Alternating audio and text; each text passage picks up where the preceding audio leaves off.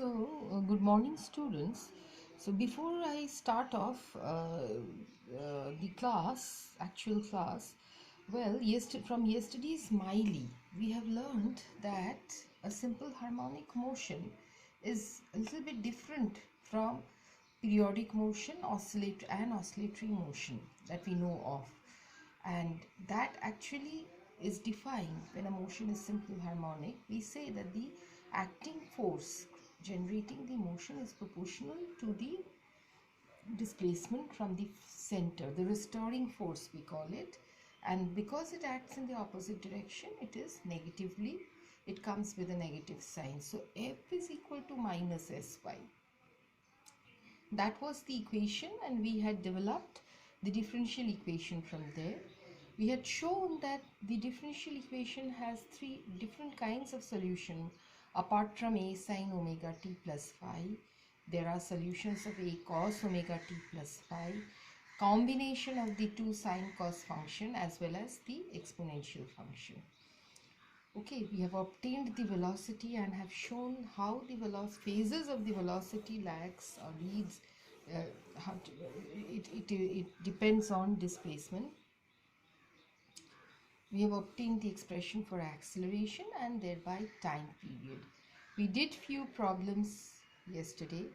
We obtained the total energy, and we have seen that the kinetic and the potential energy is such that the total energy always remains constant for the motion. Okay, and we did few problems. Now, one of the important problems that we could not do yesterday was the problem of U-tube, because this problem, and conceptually based on this problem, you get several problems in your exam. So a U-tube is shown in this figure, as you see, of uniform bore, okay, with two arms vertical. Two of these arms are vertical. Now this is partly filled with an incompressible fluid up to the level AB, like this, okay, which is indicated by a dotted line in the figure.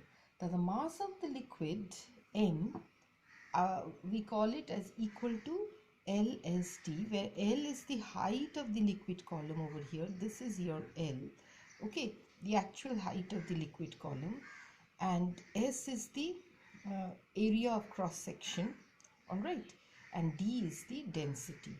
So, all right, cross sectional area. Now we consider that the liquid in the left column is here, this liquid. Now suppose we push it. Suppose we push it by an amount x. If we push this by an amount x, okay, then what happens? This gets pushed up by an amount x. This was the original distance. It will get pushed up by an amount x. So the total length on this right hand column will now be 2x. Okay, when you push this down by x, the length over here will go up by 2x. Okay, so now you see the difference in height between the two liquid column will be this much, 2x. So what is the unbalanced force?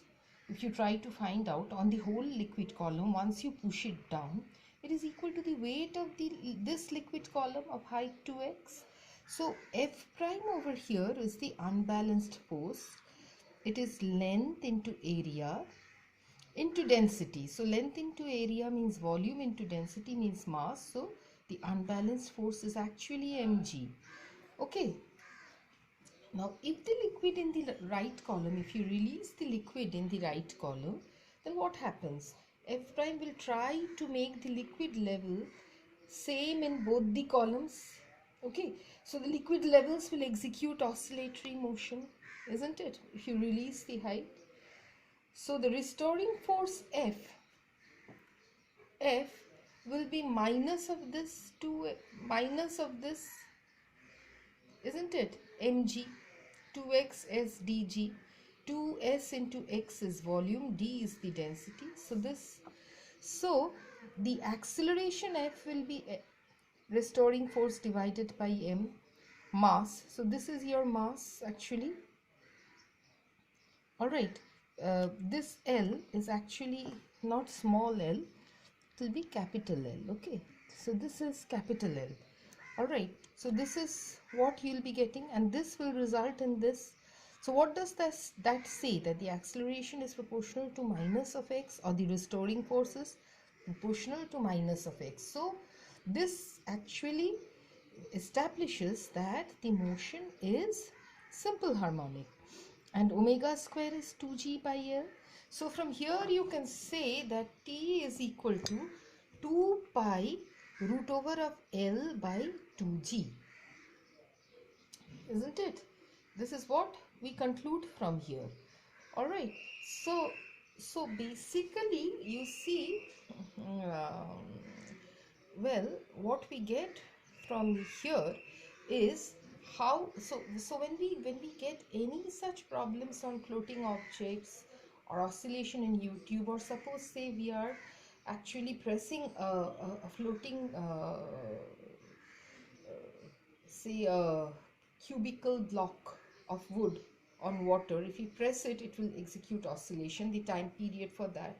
Okay, with given parameters we can find it out using this kind of justification. So this is quite important, because such problems you get for your exam. So much so for your simple harmonic motion that we did yesterday. So today let us start with our damped harmonic motion.